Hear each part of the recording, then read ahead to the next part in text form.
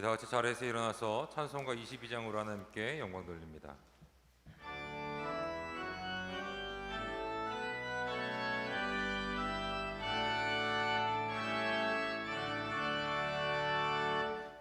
만유의 주 앞에 감사를 드리고 다 경배하면서 찬송을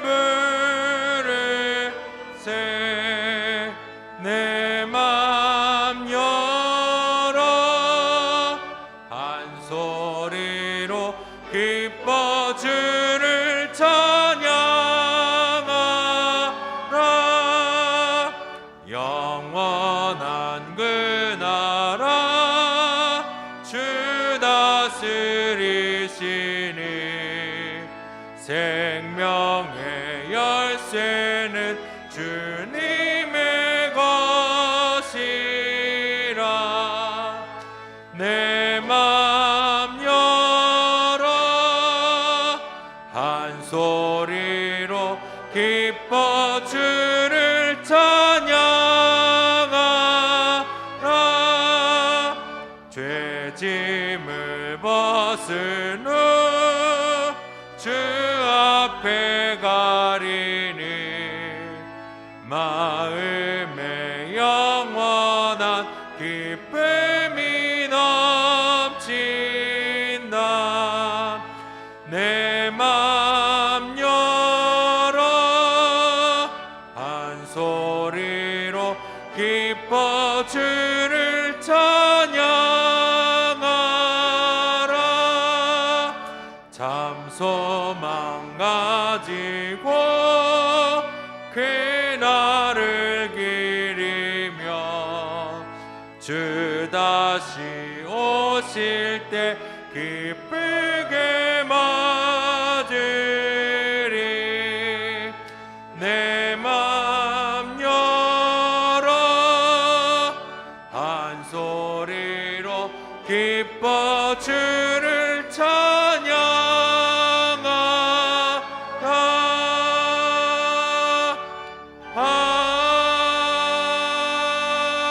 아멘. 자리에 앉겠습니다.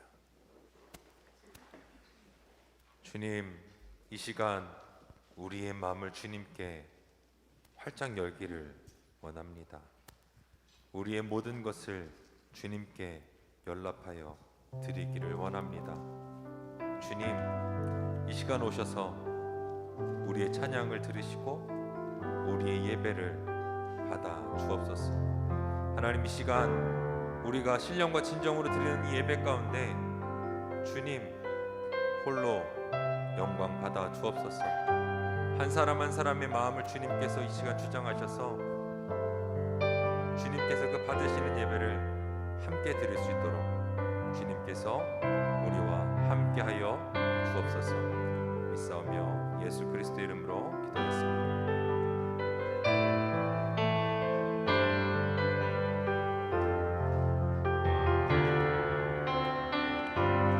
우리 시간 함께 고백하며 나아갑니다.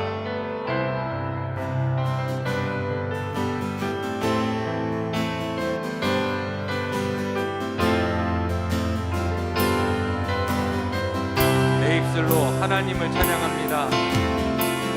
내 입술로 하나님의 이름을 찬송하며 내 마음으로 하나님을 즐겁게 찬양. 다시 한번 내 입술로 하나님을 내 입술로 하나님의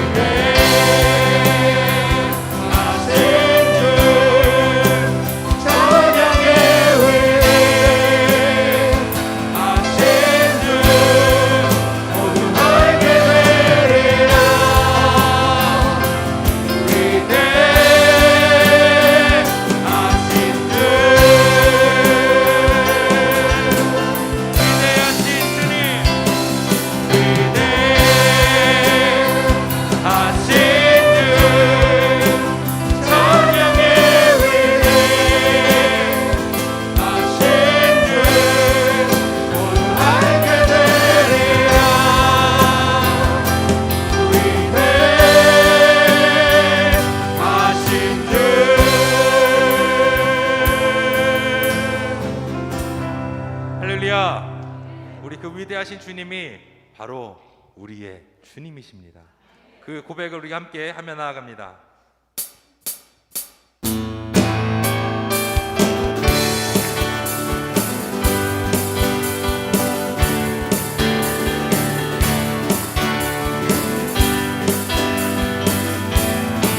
예수로 나의 구주 삼고 예수로 나의 구주 삼고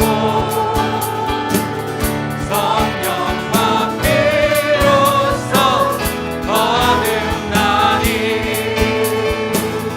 이 세상에서 내 영혼이 하늘의 영광 누리고 다시 한번 예수로 나의 구주 삼고 성령과 피로써 거듭나니 이 세상에서 내 영혼이 하늘의 영광 누리로다. 이것이 나의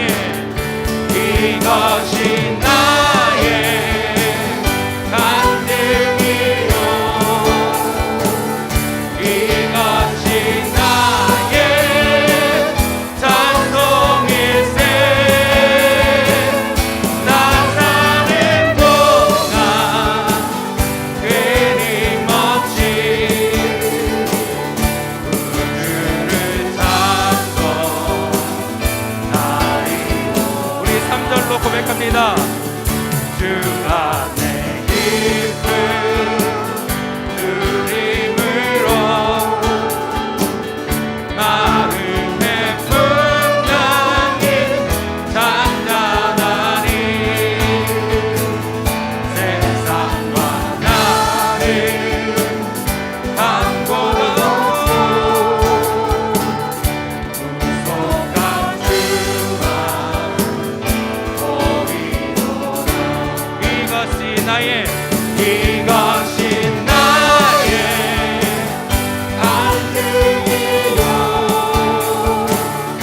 이것이 나의 찬송일세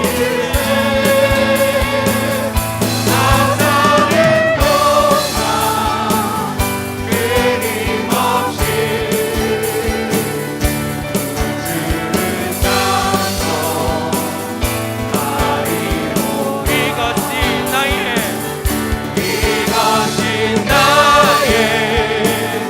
간증이요 이것이 나의 찬송일세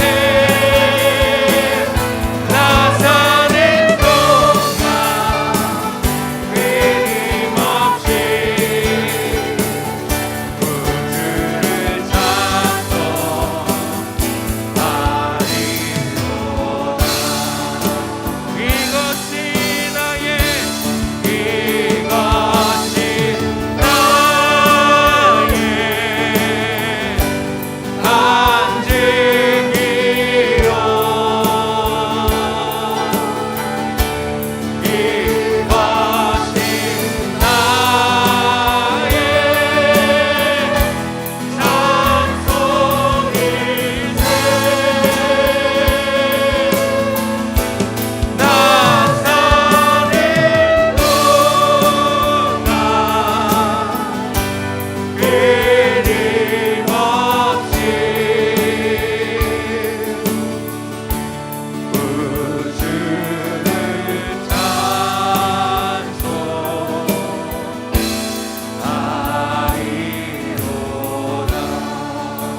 평생의 이 고백으로 나아갑니다. 나 주님이 더욱 필요해 이전보다 내 입술의 말보다 더욱 표현할 수 없는 주가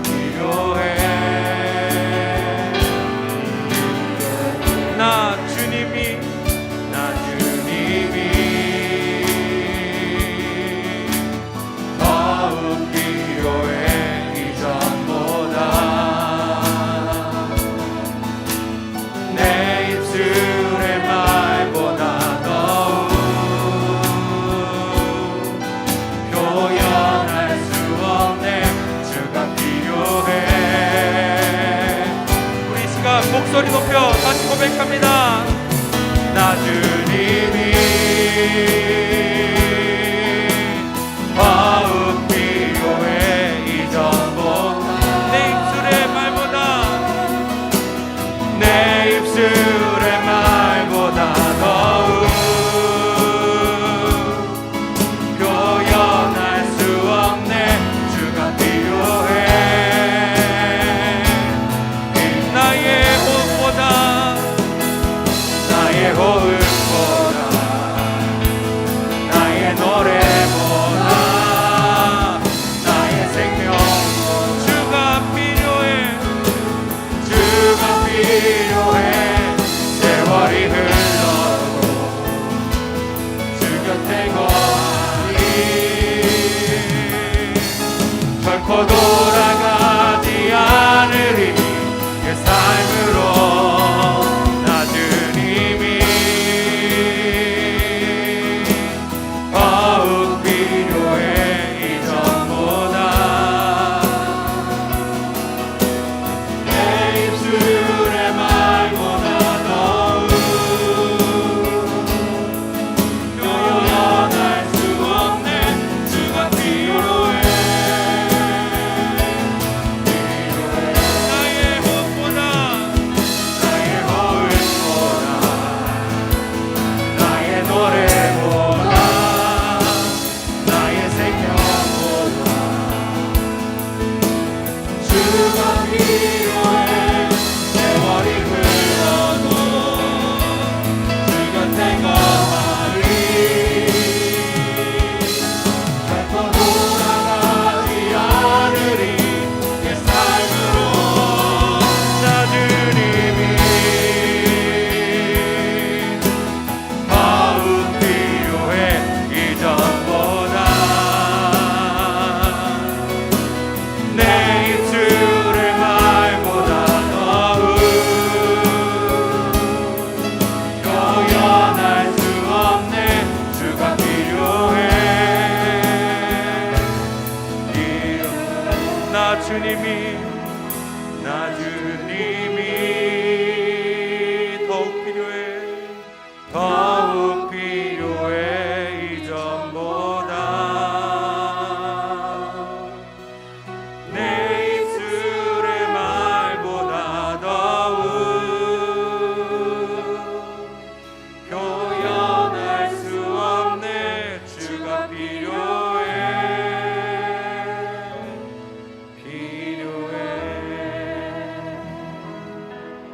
우리 함께 기도하며 예배 가운데로 나아갑니다.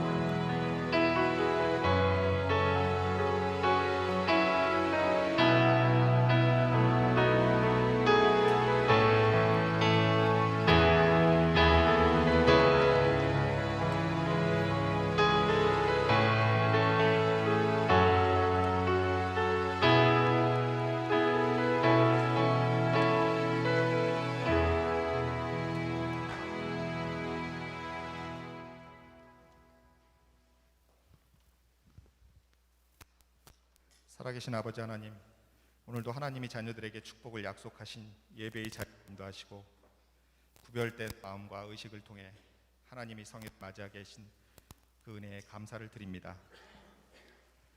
예배를 통해 한없이 부으시는 하나님 아버지의 은혜를 체험함과 동시에 회개의 심령을 열어주셔서 우리를 새롭고 깨끗하게 하시기를 간절히 소망합니다. 새롭게 2022년을 맞이한 우리에게 한 해 동안 새로운 소망을 갖게 하시고 그 소망 안에서 무엇보다 우리 영혼과 육신이 더 강건해지고 하나님의 자녀답게 변화되고 거듭나는 한 해가 될 수 있도록 큰 은혜를 부어주시옵소서. 올 한 해를 우리에게 주어주신 표대로 여호와로 말미암아 마음이 즐거운 교회를 이룰 수 있도록 우리 한 사람 한 사람이 진심으로 예수님의 몸된 교회를 위해 말씀과 기도로 무장하고 살아갈 수 있도록 우리를 변화시켜 주시옵소서. 아버지, 는 내가 가진 것보다 항상 더 채워주시기를 원하시는 분이심을 믿습니다. 아버지께서 주신 믿음과 소망으로 올해를 마무리하는 시간에 이르러 우리가 반드시 아버지 하나님으로 말미암아 나의 영과 육이 부유해지고 평안해졌다는 고백이 이루어질 수 있도록 우리를 진실하고 신령한 믿음으로 채우시고 성령으로 기름 부어 주시옵소서. 어느 누구도 피할 수 없는 코로나 팬데믹을 통하여 절대자이신 하나님 아버지 권능 앞에서는 너무나도 한없이 나약한 피조물일 수밖에 없는 우리라는 것을 깨닫게 하시고, 하나님 없이는 내가 살아갈 수 없다는 깨달음을 다시 한번 주신 것에 감사를 드립니다.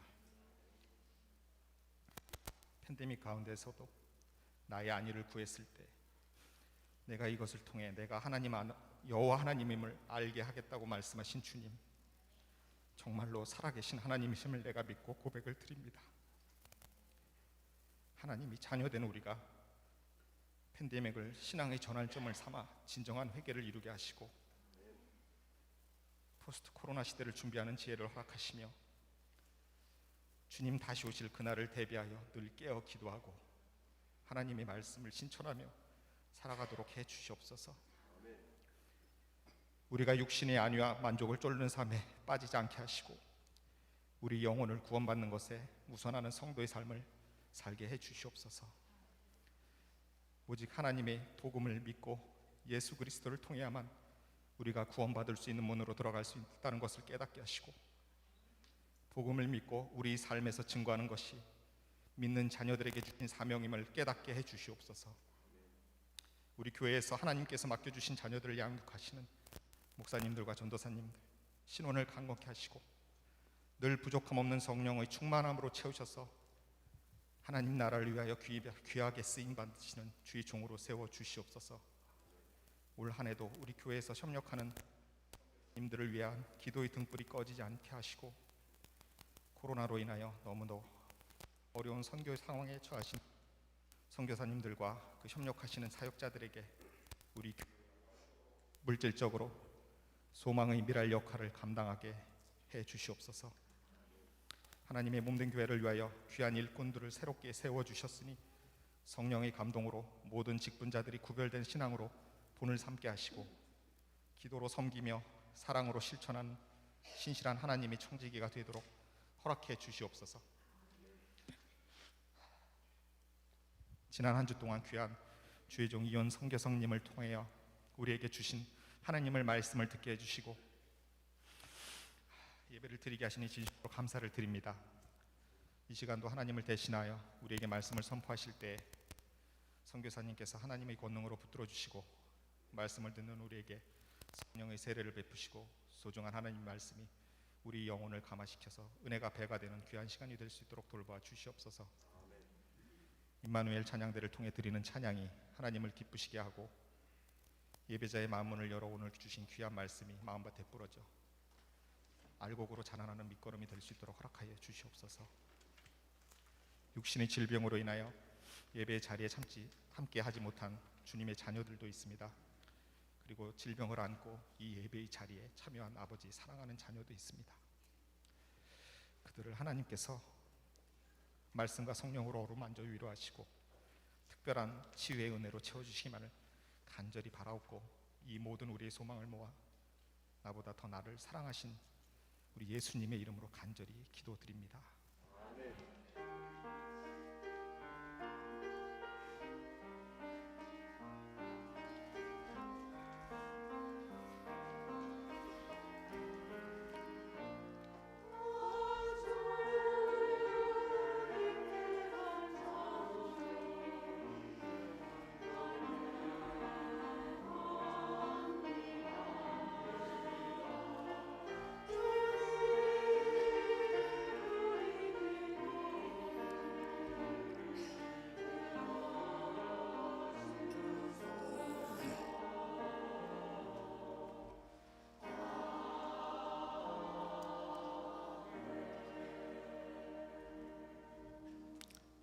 사도신경으로 신앙 고백합니다. 전능하사 천지를 만드신 하나님 아버지를 내가 믿사오며 그 외아들 우리 주 예수 그리스도를 믿사오니 이는 성령으로 잉태하사 동정녀 마리아에게서 나시고 본디오 빌라도에게 고난을 받으사 십자가에 못 박혀 죽으시고 장사한 지 사흘 만에 죽은 자 가운데서 다시 살아나시며 하늘에 오르사 전능하신 하나님 우편에 앉아 계시다가 저리로서 산자와 죽은 자를 심판하러 오시리라. 성령을 믿사오며 거룩한 공회와 성도가 서로 교통하는 것과 죄를 사하여 주시는 것과 몸이 다시 사는 것과 영원히 사는 것을 믿사옵나이다. 아멘. 교회 소식 알려드리겠습니다. 우리 옆에 분들하고 좀 인사합시다. 반갑습니다. 환영합니다. 태국에 나가 선교하시던 제니 모리스 선교사님, 켄 모리스 선교사님 오셨어요?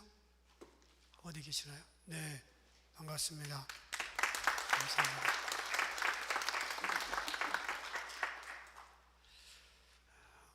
주일 현장 또 온라인 예배 거의 주보를 참고해 주시면 감사하겠습니다. 예배 끝나고 학부모 세미나가 있습니다. 점심은 그 라이프 센터에서 간단하게 준비해 드리겠습니다. 그리고 아동부실에서 모이도록 하겠습니다.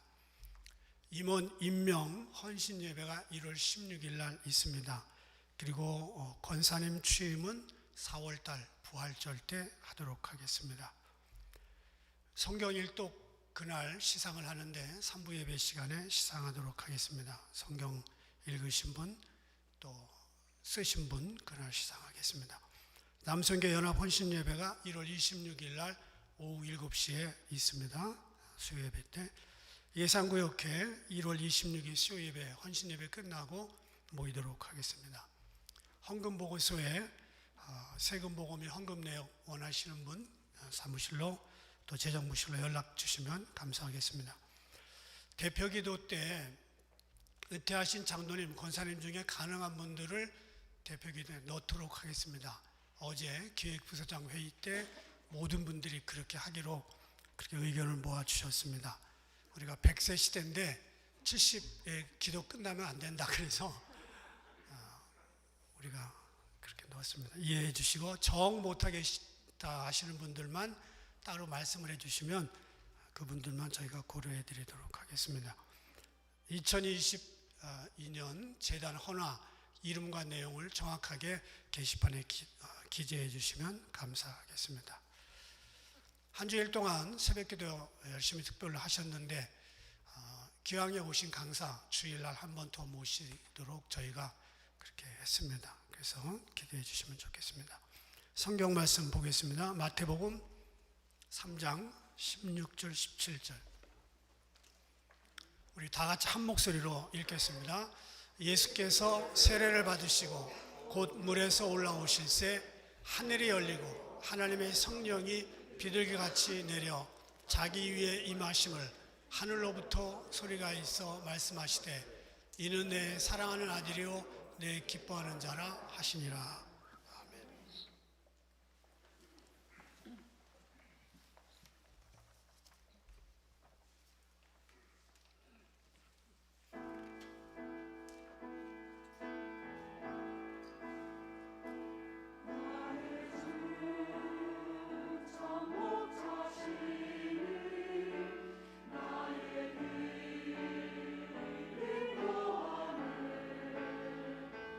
어둠 속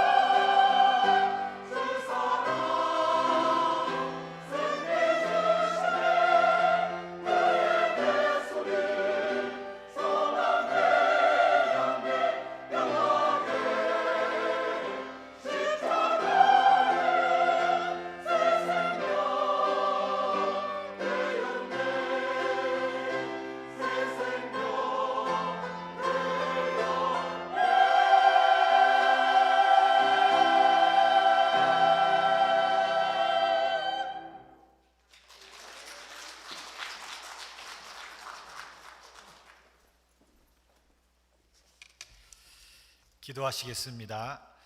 좋으신 하나님 아버지, 우리에게 생명을 주시고 또 하나님을 찬양하며 살아가도록 이 세상에서 필요한 건강과 또 먹고 마시고 살 수 있는 물질을 주셔서 감사합니다. 하나님의 놀라운 은혜에 감사하며 저희들의 마음과 뜻을 다해서 하나님께 소중한 물질을 드립니다. 저희가 드린 헌금이 하나님으로부터 나온 것임을 인정하며 물질의 근원이 되신 하나님께 드리오니 기쁨으로 받아 주옵소서. 귀한 헌금을 받으시고 아브라함에게 주셨던 건강과 장수와 물질의 복을 모든 성도들이 허락해 주시옵소서.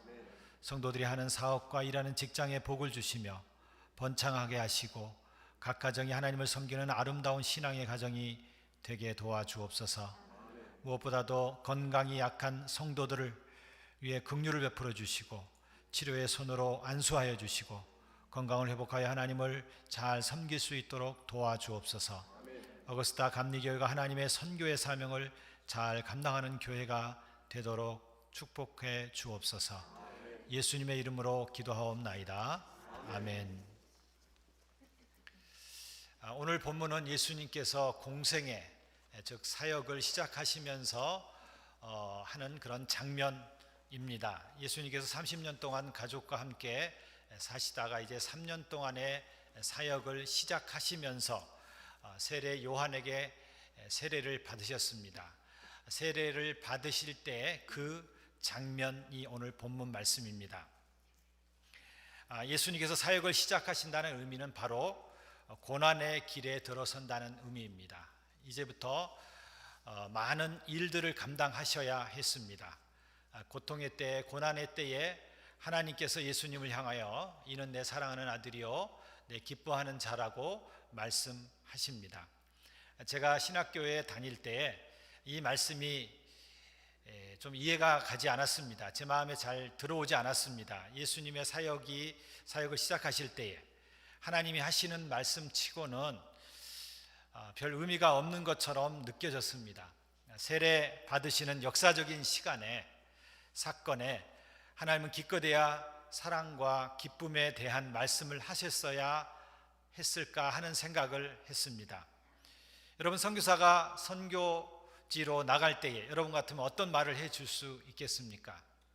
내가 기도해 줄게, 힘내, 고생해, 세계 선교의 사명을 잘 감당해, 아마 이런 비장한 그런 말을 할 것입니다. 저는 신학생 때 세례를 받으시는 예수님, 비장한 사역의 시작을 알리는 이때에 천지를 창조하신 하나님께서 능력을 주시겠다는 말씀을 하셔야만 하셨을 텐데 하나님의 음성치고는 너무 시시하다고 느꼈습니다. 그런데 세월이 흐르고 지금 제가 이 말씀을 보니까 그때 당시에 가장 적절한 말씀이었으며 그리고 가장 중요한 말씀이었다는 것을 새롭게 깨닫게 됩니다. 오늘 말씀이 예수님께 꼭 필요한 말씀이라는 것입니다. 즉 사명을 감당하러 가는 예수님께 꼭 필요한 말씀을 성부 하나님께서 해 주셨다라는 것입니다. 먼저 보혜사 성령님이 함께 하신다는 것을 볼 수가 있습니다. 예수께서 세례를 받으시고 곧 물에서 올라오실 때 하늘이 열리고 하나님의 성령이 비둘기같이 내려 자기 위에 임하심을 보시더니 라고 했습니다. 예수님이 세례 받으실 때 하나님은 예수님께 성령이 비둘기같이 내리게 하신 것을 보게 하셨습니다. 성령이 함께 하신다는 것을 보여주신 것이죠. 예수님의 사역은 혼자 하시는 사역이 아니라 성령님께서 함께 하신다는 확신을 주시는 그런 장면입니다. 그래서 예수님의 모든 사역은 성령의 사역이었습니다. 성령은 열매를 맺는 분이십니다. 성령은 보혜사이십니다. 즉 보혜 주시는 분이십니다. 성령은 위로자이십니다. 성령은 함께 하시는 하나님이십니다. 성부 하나님께서 예수님과 함께 하시겠다고 약속을 주시는 겁니다. 하나님은 성령이 비둘기같이 임한 것을 보여주시므로 예수님이 앞으로 사역을 하실 때마다 어디를 가실 때마다 고통스러울 때마다 그 장면을 선명하게 아마도 떠오르게 하시고자 하셨을 것입니다. 하나님은 성령을 예수님의 눈으로 보여주신 것은 앞으로 혼자가 아니라 성령께서 동행하신다는 것을 확실하게 마음에 새기도록 하신 것이라고 생각합니다. 그렇습니다. 우리가 혼자라면 어떤 길이든지 힘들 겁니다. 외로울 것입니다. 지칠 것입니다. 그러나 누구라도 누군가 함께 간다면, 함께 한다면 외롭고 힘들고 어려운 길이라도 담대하게 걸어갈 수 있을 것입니다. 하나님이 처음으로 자신의 이름을 계시하신 것은 불이 붙었으나 타지 않는 신비한 떨기나무 가운데서 모세에게 말씀하실 때였습니다. 하나님 모세에게 말씀하여 이르시되 나는 여호와니라. 나는 여호와니라. 여호와를 직역하면 나는 너희와 함께 하는 자다라는 뜻입니다. 곧 나는 너희의 여행에 함께하는 하나님, 너희 곁에 머무는 하나님, 너희에게 충실한 하나님이라는 뜻입니다. 여호와 하나님이 그런 뜻입니다. 하나님은 자신을 백성과 함께 하시는 하나님으로 최초로 나는 여호와 하나님이다 모세에게 말씀하셨습니다. 기독교 신앙의 가장 아름다운 면 가운데 하나는 예수님이 임마누엘 곧 우리와 함께 하시는 하나님으로 이 땅에 오셨다는 것입니다. 하나님의 신실하심은 예수님을 통해서 한층 더 확실하게 이 땅에 나타나신 것입니다. 하나님이 육신이 되어 예수님으로 우리 가운데 거하시기 때문에 그렇습니다. 하나님이 육신이 되어서 우리와 함께 하십니다. 그분은 우리와 함께 하시는 임마누엘 하나님이십니다. 보라 처녀가 잉태한즉 아들을 낳을 것이요 그의 이름을 임마누엘이라 하리라 하셨으니 이를 번역한즉 하나님이 우리와 함께 하심이라. 며칠 전에 새벽 기도에 제가 미국 비자 받은 말씀을 드렸습니다. 혹시 기억하실지 모르겠습니다. 미국의 안식년에 2년 동안 머물기 위해서 비자를 받아야 했는데 저희 가족은 비자를 받을 수 있는 조건을 갖추지 못했습니다. 9.11 이후에 비자를 제일 안 주는 때였고 또 재정 보증이 필요한데 저희들은 선교사이기 때문에 재정 보증이 하나도 없었습니다. 거의 불가능한 상황에서 기적적으로 비자를 받게 되었습니다. 비자 면담을 하러 영사 앞에 저희 가족이 다 같이 이제 갔습니다. 서류를 보더니 한 30초도 보지 않고 그냥 리젝트 도장을 찍어서 칸막이 밖에 있는 저희들에게 되돌려 주었습니다. 거부 도장을 찍으면 이제는 그만입니다. 미국 사람들은 절대 다시 주는 일이 없습니다. 다른 방법이 없습니다. 저희들은 포기하고 서류를 받으려는 순간 어디서인가 비자를 심사하는 영사에게 전화가 갑자기 걸려왔습니다. 영사는 한 나이 40대 정도 되는 여성이었습니다. 저에게 서류를 내민 상태에서 영사는 전화를 받았습니다. 저희들이 전화 내용을 들으니 미국의 영사의 아버지께서 전화한 그 전화였습니다. 아버지가 전화를 하더니 얼굴이 밝아졌습니다. 한참을 기분 좋게 전화 통화를 하였습니다. 전화 통화가 끝날 때까지 저희들은 기다렸다가 재빨리 영사에게 한마디 했습니다. 우리는 이곳 에콰도르에 온 선교사다. 선교사는 재정적인 보증이 없지만 선교사로서의 신분을 이해해달라 라고 했습니다. 그러더니 해맑게 옆에 있던 저희 초등학교 아이들을 보았습니다. 그러더니 서류를 다시 가져갔습니다. 그리고 기다리라고 했습니다. 그리고 10분 정도 후에 비자를 허락해 준 서류를 되돌려 주었습니다. 저는 그때 그 순간에 하나님께서 그 영사의 부모에게 전화를 하도록 시키셨다라는 생각을 하게 되었습니다. 하나님이 하시지 않으면 불가능한 일이었습니다. 그 순간 영사 아버지로부터 전화가 오지 않았다면 그대로 비자를 받지 못하고 끝이 나는 것이었습니다. 저는 너무나 기뻤습니다. 왜 기쁜지 아십니까? 비자를 받아서가 아니라 하나님이 모든 일에 간섭하시고 불가능한 일을 가능케 하신 것을 제가 경험했기 때문에 그렇습니다. 그 순간에 느꼈습니다. 하나님이 지금 일하고 계시는구나. 하나님이 나와 함께 하시는구나. 어떻게 이런 불가능한 일을 할 수 있겠는가요? 할 수 있나요? 인간이라면 할 수 없는 그 상황에서 하나님께서 역사하셨다라는 것을 저는 직접 느꼈습니다. 보았습니다. 눈으로 보았습니다. 그래서 기뻤습니다. 우리는 보통 하나님이 우리에게 주시는 선물을 보고 좋아하지만 사실은 그 선물을 주신 분이 누구인지를 우리는 알고 그리고 선물을 주신 분을 인해서 기뻐해야 하는 것입니다. 그분은 우리에게 선물을 주시든지 안 주시든지 항상 우리와 동행하시는 하나님이십니다. 우리가 기도할 때 기도의 응답을 받은 것으로 해서 기뻐하지만 사실은 그 기도의 응답을 주신 하나님, 그분 자체로, 그분만으로 우리는 만족하고 기뻐할 수 있다는 것입니다. 이렇듯 예수님이 계시하신 하나님은 우리가 상상할 수 없을 만큼 그분의 백성과 함께 계신다는 사실입니다. 예수님에게 성령을 계시하신 하나님은 예수님과 함께 하신 것, 우리와 함께 하신다는 것입니다.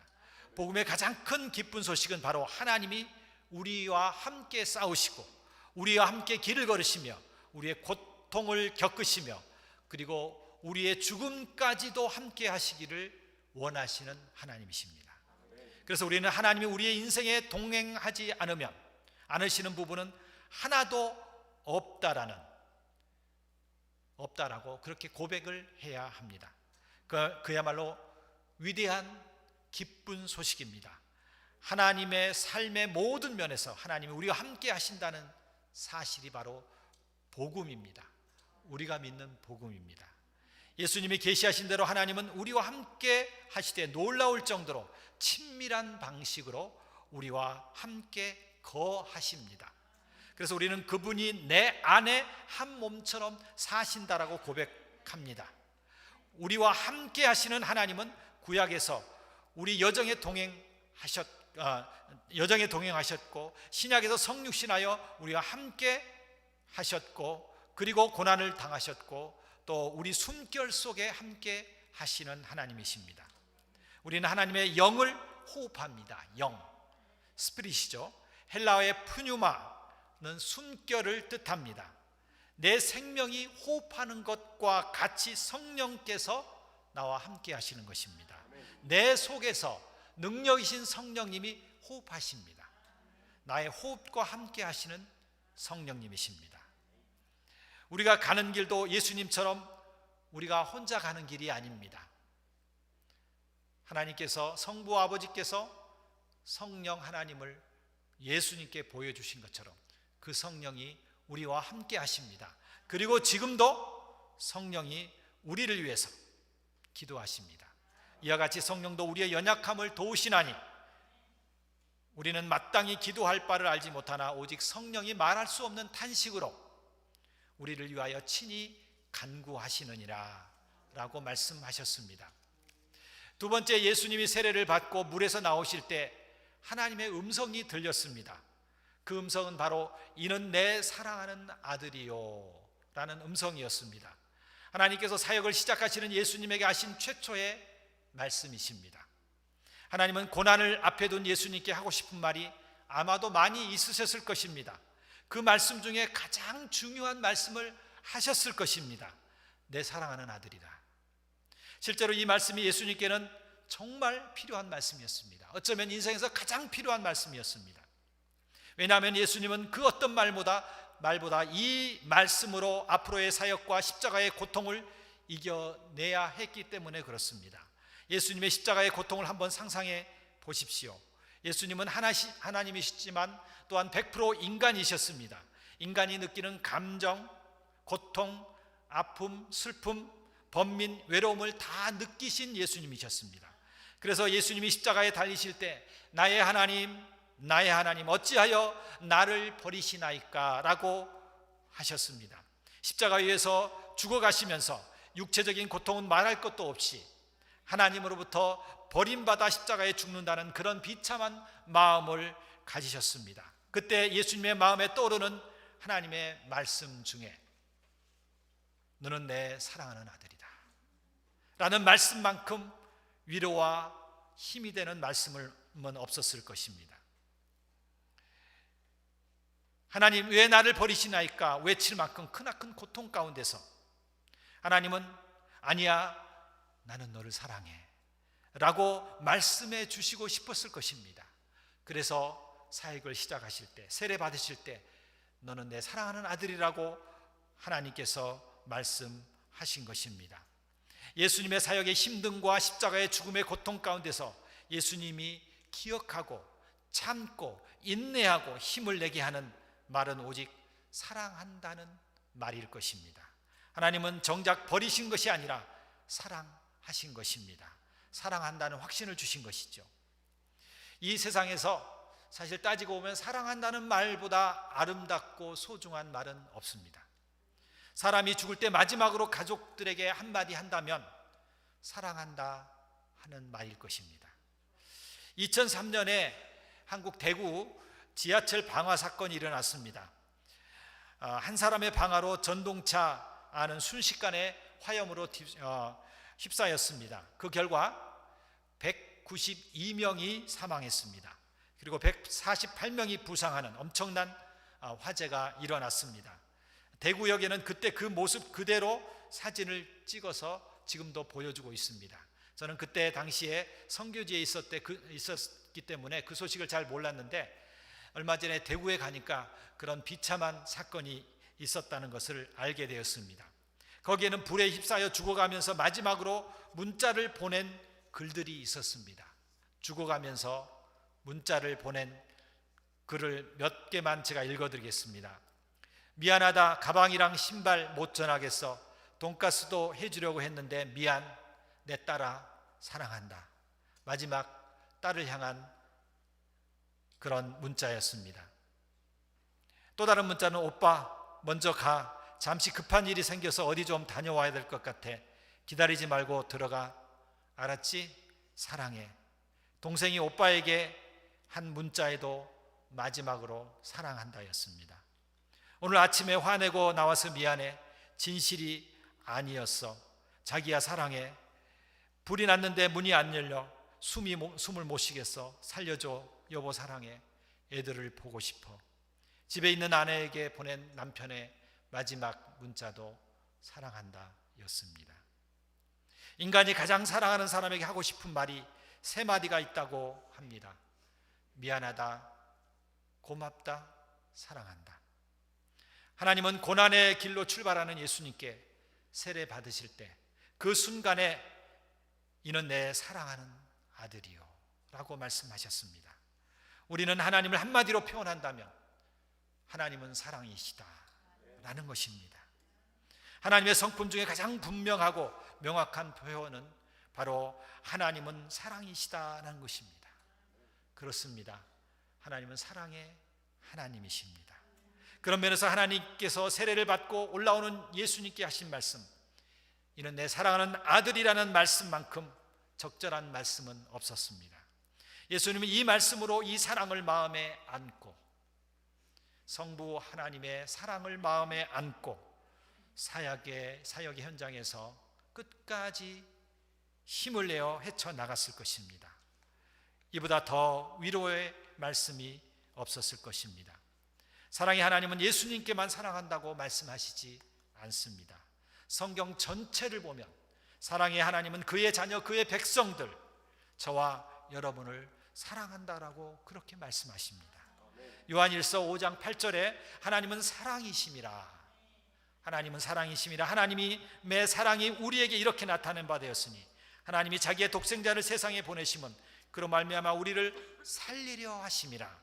사랑은 여기 있으니 우리가 하나님을 사랑한 것이 아니요 하나님이 우리를 사랑하사 우리 죄를 위하여 화목제물로 그 아들을 보내셨습니다 말씀하십니다. 하나님 우리를 사랑하시기에 독생자 예수님을 화목제물로 십자가에 죽게 하셨습니다. 그 예수님이 사역을 시작하실 때 하나님께서 그렇게 너는 내 사랑하는 아들이라고 말씀하셨습니다. 그 하나님은 우리들에게도 지금 말씀합니다. 너는 내 사랑하는 아들이다. 우리가 어떤 사람이든지, 우리가 이 세상에서 성공했든지 못했든지, 고통 중에 있든지 심지어 죄를 지을 때라도 하나님은 우리를 사랑하십니다. 지금도 우리의 이름을 부르시면서 사랑하십니다. 제게도 말씀하십니다. 영아, 나는 너를 사랑한다. 여러분 마음속으로 여러분의 이름을 불러보십시오. 그리고 하나님께서 말씀하신 것을 되뇌게 보십시오. 영아, 나는 너를 사랑한다. 각자 한번 해보십시오. 하나님께서 말씀하십니다. 영아, 너를 사랑한다. 지금도 하나님은 우리들에게 말씀하십니다. 세상 사람들이 다 떠나가고 미워하고 나 혼자 있을지라도, 나는 사랑받지 못했다고 생각하더라도 하나님은 여전히 끝까지 사랑하십니다. 세 번째, 예수님이 세례를 받고 나오실 때 들려오는 두 번째 말씀, 내 기뻐하는 자다라고 말씀하셨습니다. 하나님은 예수님을 기뻐하신다고 말씀하십니다. 이 말씀 속에는 예수님의 사역 때문에, 예수님의 잘남 때문이 아니라 예수님 자체로 기뻐하신다는 뜻이 들어 있습니다.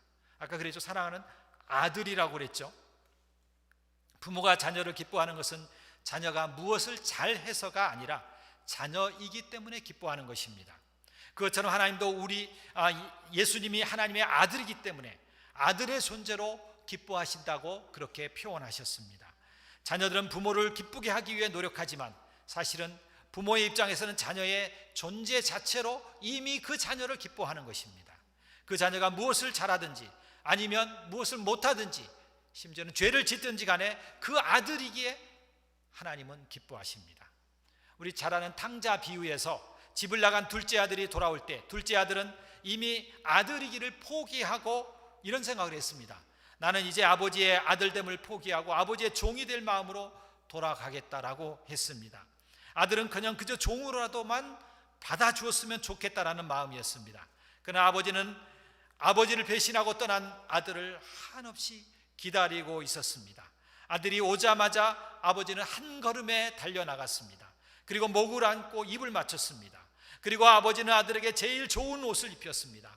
살찐 송아지를 잡았습니다. 그리고 모든 동네 사람들을 다 불러서 잔치했습니다. 그러면서 우리가 먹고 즐기자라고 했습니다. 그리고 모든 사람과 함께 즐거워하셨습니다. 아들 스스로도 아들됨을 포기할 만큼 타락한 아들을 보고 아버지는 한없이 기뻐했던 것입니다. 왜냐하면 아들이었기 때문에 그렇습니다. 그의 신분이, 그의 자격이, 그의 가치가 아들이었기 때문에 그렇습니다. 그의 행동은 아들이 될 수 없었지만 그가 아들이었기에 받아들이고 아버지는 기뻐했던 것입니다. 하나님은 그분의 자녀들인 우리들도 우리가 그분을 믿고 그분의 자녀이기에 우리를 기뻐하시는 것입니다.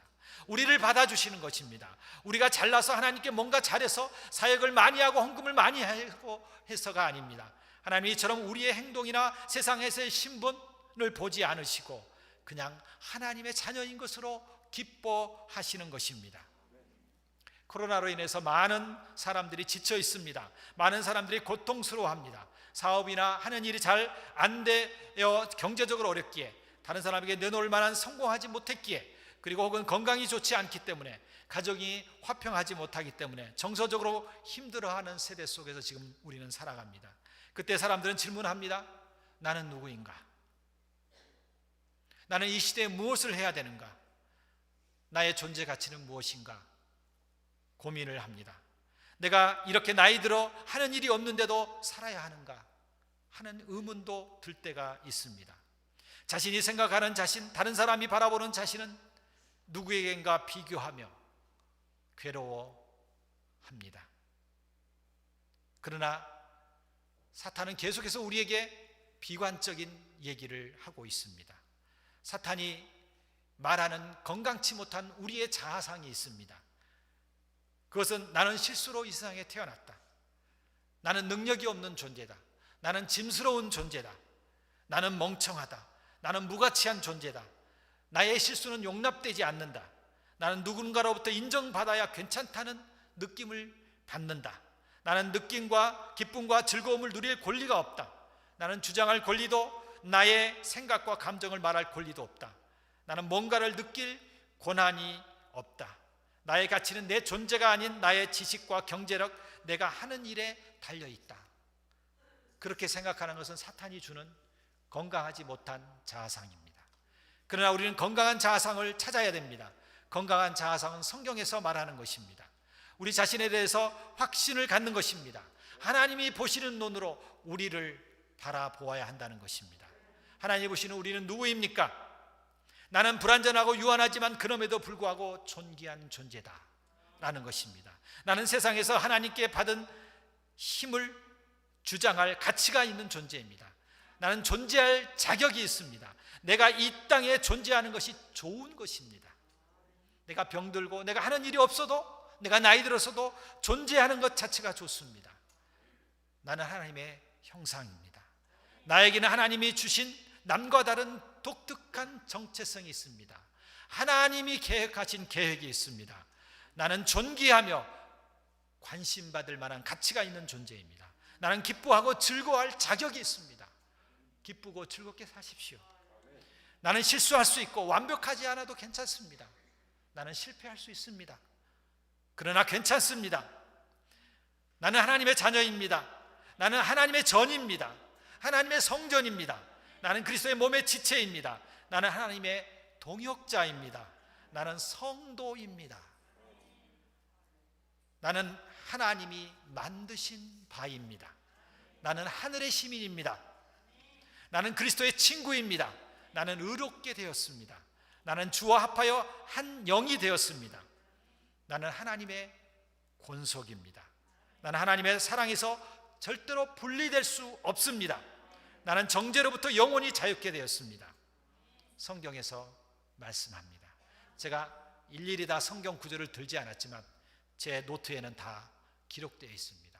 제 말이 아닙니다. 성경의 말씀입니다. 우리는 이런 자아상과 우리 자신에 대한 자부심과 안전의식을 가져야 됩니다. 안전의식. 비록 우리가 돈을 많이 못 벌어도 건강치 못해도 나이가 들어서 할 일이 없어도 우리는 자부심을 가지고 살아야 하는 것입니다. 우리 존재 자체를 귀하게 생각하며 살아야 합니다.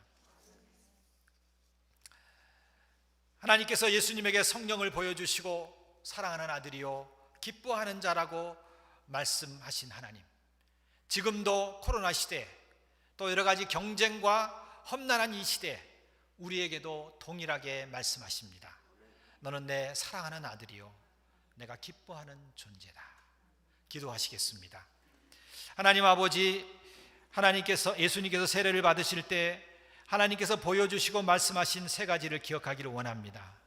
하나님이 예수님께 하셨던 것처럼 지금도 하나님께서 우리에게 성령이 함께 하심을 보여주고 계시며 사랑하는 아들이요 기뻐하는 자라고 말씀하신 것을 기억하며 하나님 앞에서 힘과 용기와 믿음과 자신감과 소망을 가지고 살아갈 수 있도록 축복해 주옵소서. 예수님의 이름으로 기도하옵나이다. 아멘.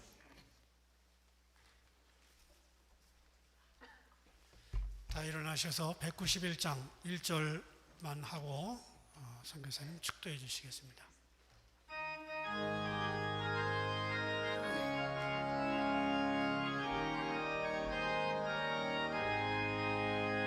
내가 매일 기쁘게 순례의 길 행함은 주의 팔이 나를 안보함이요 내가 주의 큰 복을 받는 참된 비결은 주의 영이 함께함이라. 성령이 계시네 할렐루야 함께하시네. 좁은 길을 걸으며 밤낮 기뻐하는 것 주의 영이 함께함이라. 주 예수 그리스도의 은혜와 하나님의 사랑과 성령의 교통하심이 하나님께서 예수님에게 보여주신 성령과 함께하고 그리고 하나님께서 말씀하신 너는 내 사랑하는 아들이요 기뻐하는 자라고 말씀하신 말씀을 기억하며 담대히 자신감과 감사와 기쁨으로 살기를 원하는 우리 모든 성도들과 지금부터 영원토록 함께 있을지어다. 아멘.